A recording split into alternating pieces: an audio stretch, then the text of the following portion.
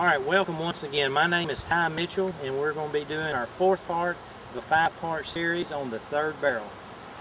We're going to be explaining some of the most common problems that we have and how to fix them.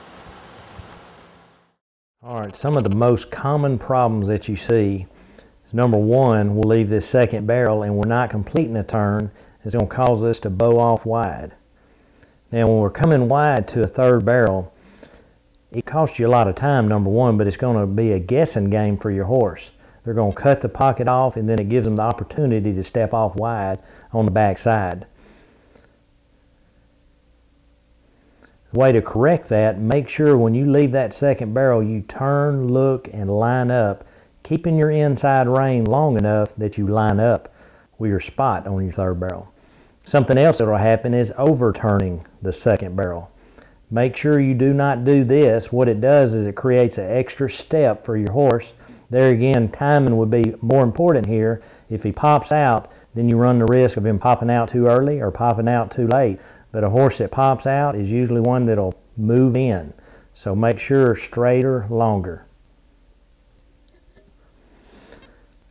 Now I'm going to show you where you need to go. When you leave the second barrel, your eyes should be focused on that pocket area right beside your third barrel, which is going to be 4 to 6 foot, depending on your horse.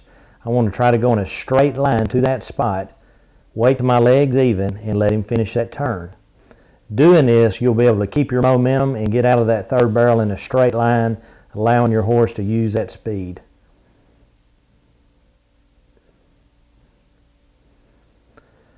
Now, one thing that I can say about Martha Josie is she does not like to hit a barrel. And using that inside rein, whether it be the first, the second, or the third barrel, is so important. So make sure that you get this horse's nose, keep it tipped to the inside, and use that inside leg. If you feel like you're getting in too close, use that inside leg. But Martha very seldom hits a barrel.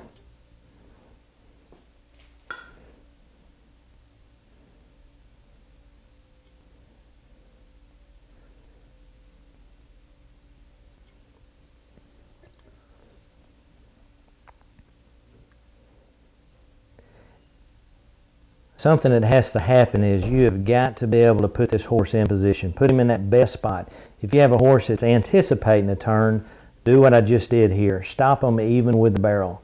Make sure they're going to that spot. When I stop them there, I'm not necessarily working on rate as much as getting them to that point to where your leg's even with the barrel. By doing this, you will put your horse in a good position that he can stand up, his shoulder will be picked up, and he'll be able to use that hind pivot foot to make that turn.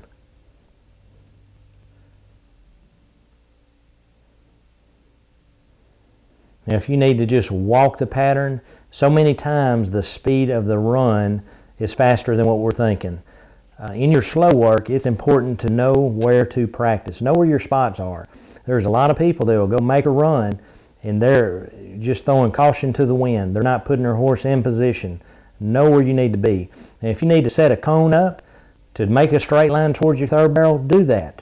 But make sure you know where to go, especially in a run. Leaving that second barrel, finding that spot is your most important thing.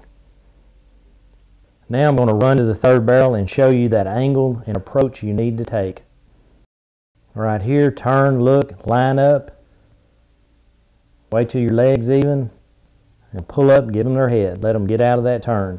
That's something else that's important. As you're leaving the second barrel, make sure you hold that saddle horn long enough, pulling up on the horn, giving the horse's head back to him before you go back to two hands. By doing this, you'll stay out of his mouth and he'll be able to get to that straight line quicker. Thank y'all for joining us today on part 4 of our 5-part series on the third barrel. Our final part is going to be running home, the best way to get out of that arena. Also like to remind you about our fall clinic that's coming up this November. It'll be the 19th through the 21st, and the weekend after that our Thanksgiving clinic, which has been one of our most popular clinics. We'd love for y'all to come join us during this holiday season. Just as soon as Christmas is over, we'll also be having a 3-day Christmas clinic right in between Christmas and New Year's. We'd love to see you here.